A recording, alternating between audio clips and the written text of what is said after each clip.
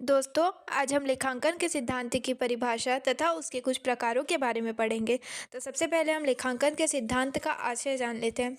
लेखांकन के सिद्धांत का आशय लेखांकन के उन सामान्य नियमों, अवधारणाओं एवं प्रथाओं से है जो लेखांकन के दौरान वित्तीय व्यवहारों को सही दिशा निर्देशित करती है। ये सिद्धांत लेखों को दर्ज करने, वित्तीय विवरण तैयार करने, व्यवसाय करने व निर्वचन करने में लेखाकर्म के कार्य करने वाले का मार्गदर्शक करते हैं।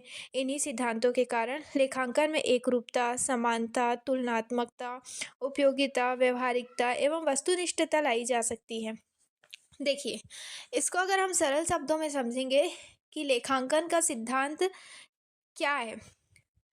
लेखांकन कोई भी कार्य एक निश्चित सिद्धांत, एक मान्यता के आधार पर होता है, तभी उसमें बराबरी रहती है। देखिए, अगर लेखांकन का सिद्धांत निर्धारित नहीं होता, तो ए कंपनी की पुस्तकों के लेखे अलग होते, बी कंपनी की पुस्तकों के लेखा करने का तरीका अलग होता, सी कंपनी की पुस्तकों का लेखा करने का तरीका अलग-अलग होता।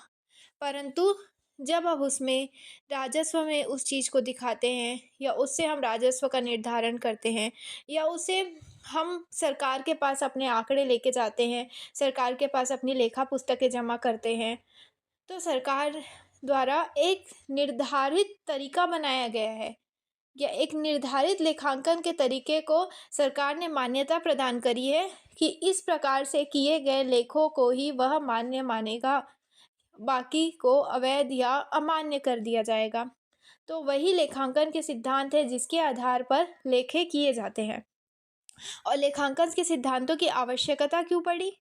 ज़ाहिर-सी बात है, लेखांकन के सिद्धांतों की आवश्यकता इसलिए पड़ी ताकि सभी के लेखांकन में एकरूपता, समानता, तुलनात्मकता हो, उसकी उपयोगिता हो, व्यावहारिकता हो तथा उसमें वस्तुनिष्ठता दिखाई देगी। ठीक है? चलिए अब हम आगे बढ़ते हैं, लेखांकन सिद्धांत के कुछ प्रकारों के बारे में पढ़ते हैं। तो सबसे पहले है हमारे पास लेखांकन इकाई का सिद्धांत। अब लेखांकन इकाई का सिद्धांत क्या कहता है? व्यवसाय एवं स्वामी का अस्तित्व अलग-अलग है। व्यवसाय एक स्वतंत्र इकाई है। व्यवसाय का अस्तित्व व्यवसाय के स्वामी, लेनदारों इत्यादि से भिन्न है। इसी कारण व्यवसाय में व्यवसायी द्वारा लगाई गई पूंजी व्यवसाय के दायित्व मानी जाती है। इसी कारण व्यवसायी जब व्यापार में निजी उपयोग के लिए माल तथा रोकड़ निकालता है, तो इसे आहरण माना जाता है। व्यापारिक व्यवहार तथा निजी व्यवहारों का लेखांकन पृथक-पृथक करने से व्यवसाय की कार्य क्षमता सही एवं शुद्ध रूप से मापी जा सकती है। देखिए, व्यवसाय में लेखांकन इकाई का सिद्धांत।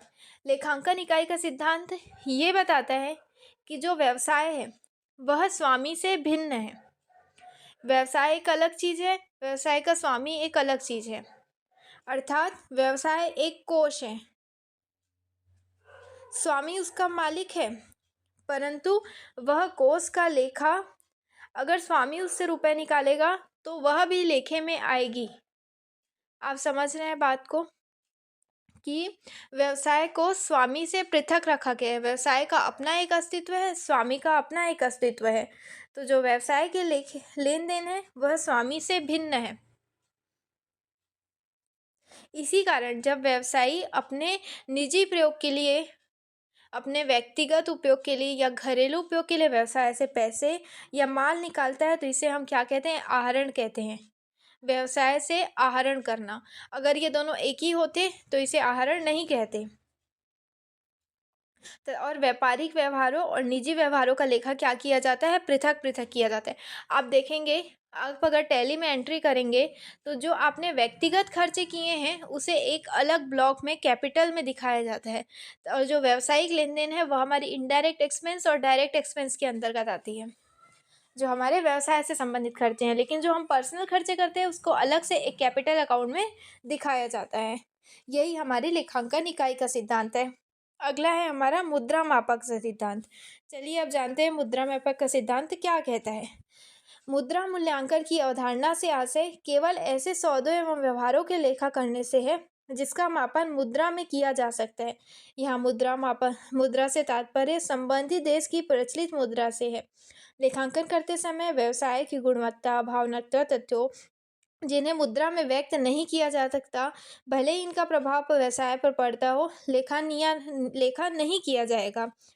जैसे प्रबंध की दक्षता, कर्मचारी एवं नियोक्ताओं के बीच मधुर संबंध आदि।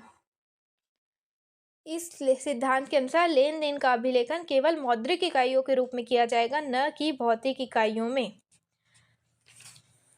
देखिए, मुद्रा मापन का सिद्धांत यह कहता है कि व्यावसायिक लेखों में केवल मुद्रा के आने, मुद्रा के जाने के का विवरण करा जाएगा, जो कि फिजिकल रूप से मुद्रा आती और जाती है।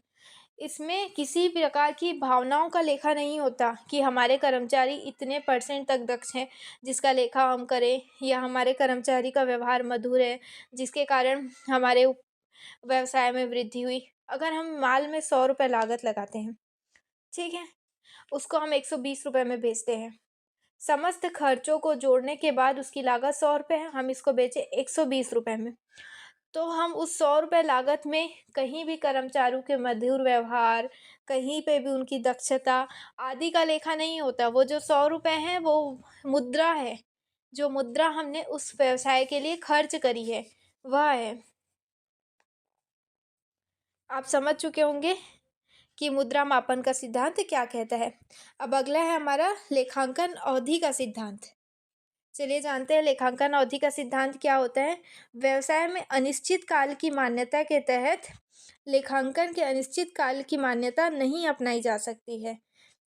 व्यवसाय के हित के लिए समय समय पर उसकी आर्थिक स्थिति, कार्य स्थिति, लाभ हानि स्थिति का मूल्यांकन आवश्यक है, ताकि समय समय पर व्यवसाय के विभिन्न पक्षकारों को व्यवसाय की आर्थिक स्थिति के संबंध में जानकारी दी जा सके। देखिए, व्यवसाय क्या होता है, अनिश्चित काल तक चलने की मान्यता के हिसाब कोई भी व्यवसाय प्रारंभ करेगा तो कभी भी वह व्यवसाय बंद करने के उद्देश्य से प्रारंभ नहीं करता, बल्कि वह यह सोच के प्रारंभ करता है कि एक बार मेरा व्यवसाय चालू हो गया, वह अनिश्चित काल तक चलेगा। मेरे मरने के बाद मेरी एक पीढ़ी, दूसरी पीढ़ी, तीसरी पीढ़ी, चौथी पीढ़ी सब उस व्यवसाय को आगे बढ़ाते जाएंगे और निरंतर उसका उपयोग करते जाएंगे।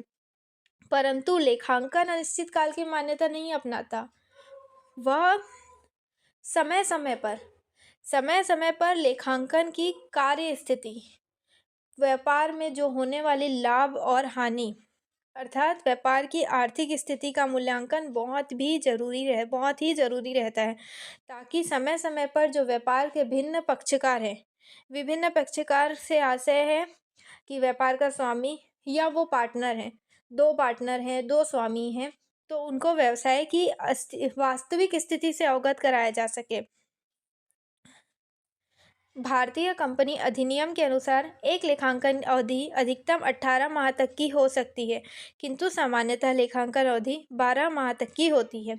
इसको आप याद रखिएगा कि कंपनी अधिनियम के अनुसार लेखांकन अवधि कितने माह तक निर्धारित करी गई है, 18 माह तक हो सकती है, परंतु यह कितने माह की सामान्यतः कितने माह की करी जाती है, 12 माह की, अर्थात एक वित्तीय वर्ष का लेखा 1 अप्रैल से लेके 31 मार्च तक का लेखा किया जाता है और इसमें स्थिति विवरण को ज्ञात किया जाता है।